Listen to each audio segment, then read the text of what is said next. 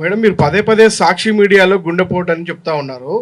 ఒక్క సాక్షినే కాదు, ఆ రోజున్న మీడియా మొత్తం కూడా మొదటున్న ఇన్ఫర్మేషన్ ప్రకారం కూడా అదే అంశాన్ని ప్రస్తావించారు. మీరు కేవలం సాక్షినే టార్గెట్ చేసుకొని మాట్లాడుతున్నారు. మిగతా ఛానల్ని పరిశీలించారా? ఆ రోజు మొదట బ్రేకింగ్ ఏమి ఇచ్చారు, ఏం ప్లే చేశారు?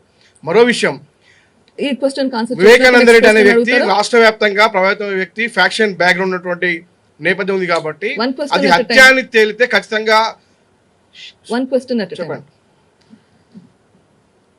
సాక్షి మీడియాను ఎందుకు టార్గెట్ చేస్తున్నాను? బికాస్ సాక్షికి ఇన్ఫర్మేషన్ ఎక్కడి నుంచి వెళ్ళింది? అక్కడి నుంచి వెళ్ళింది, ఆ రూమ్లో నుంచి వెళ్ళింది.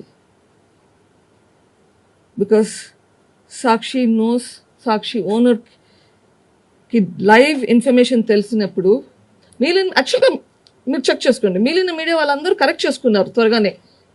సాక్షి మొదట ఏం ప్లే చేశారు, మొదట ఏం బ్రేకింగ్ వచ్చింది, మొదట ఏం చెప్పారు అన్ని ఛానల్స్? మీరు good question. Why don't you also find out and tell me. నేను తప్పు చేస్తుంటే నాకు చెప్పండి. బట్ ఇన్ఫర్మేషన్ ఇక్కడ ఆ రూమ్లో నుంచి బయటకు వెళ్ళింది ఎక్కడికి? ఫస్ట్ పోయింది సాక్షి మీడియాకి. ఆ రూమ్లో నుంచి బయటకు పోయింది శంకర్ రెడ్డి బాలకృష్ణ మధ్య ఫోన్ కాల్ ఉంది. బాలకృష్ణ సాక్షి కడప. ఓకే, 6:24 అనుకుంటా, give or take little bit. So first call పోయింది ఆ రూమ్ నుంచి బయటికి మీడియాలో ఎక్స్చేంజ్ అయ్యింది, అది ఫోన్ కాల్. సో ఆ రూమ్లో ఉన్న వాళ్ళు సాక్షికి ఏం చెప్పారు? సాక్షి ఎందుకు గుండెపోటు అనింది? మీరు సాక్షి కదా, can you explain it to me please? ఒక సాక్షి కాదండి నేను చెప్పేది, అన్ని ఛానల్స్ ఆ రోజు మొదట ఏం బ్రేక్ చేశారు? మిగిలిన ఛానల్స్ ఆ రూమ్ లో వాళ్ళతో మాట్లాడలేదు. మరో అంశం ఏంటంటే ఇక్కడ ఫ్యాక్షన్ బ్యాక్గ్రౌండ్ ఉన్నటువంటి జిల్లా, అక్కడ జిల్లా మొత్తాన్ని ప్రభావితం చేసేటువంటి వ్యక్తి వివేకానంద రెడ్డి. ఆయనది హత్య అని తెలిస్తే శాంతి భద్రతల విఘాతం కలిగించి చాలా పెద్ద ఎత్తున గొడవ జరిగే అవకాశం ఉంది. అనేక హత్యలు కూడా జరిగే అవకాశం ఉన్న నేపథ్యంలో ఆ అంశాన్ని కొంచెం తొక్కుబట్టే ప్రయత్నం చేసి ఉండొచ్చు కదా, అక్కడ ఉన్నటువంటి కొంతమంది పెద్దలు కావచ్చు, నాయకులు కావచ్చు, కుటుంబ సభ్యులు కావచ్చు.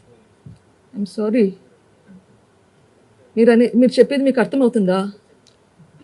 ఆయన ఒక నాయకుడు అండి, ప్రజాదరణ కలిగినటువంటి నాయకుడు. That's a crime. Law and order అండి, శాంతి భద్రతలు అండి. పోలీస్ని అదమదొక్కి క్లీన్ చేస్తే అది శాంతి భద్రత ఇష్యూ. ఇట్లా జరిగింటే శాంతి భద్రత చూసుకోవాల్సింది పోలీస్ బాధ్యత. కానీ ఇక్కడ పోలీస్ని థ్రెటన్ చేశారు. మీరు అడిగేది మీకు అర్థమవుతుందా? అక్కడ ఉండే సర్కిల్ ఇన్స్పెక్టర్ని బెదిరించి క్లీన్ చేయించారు.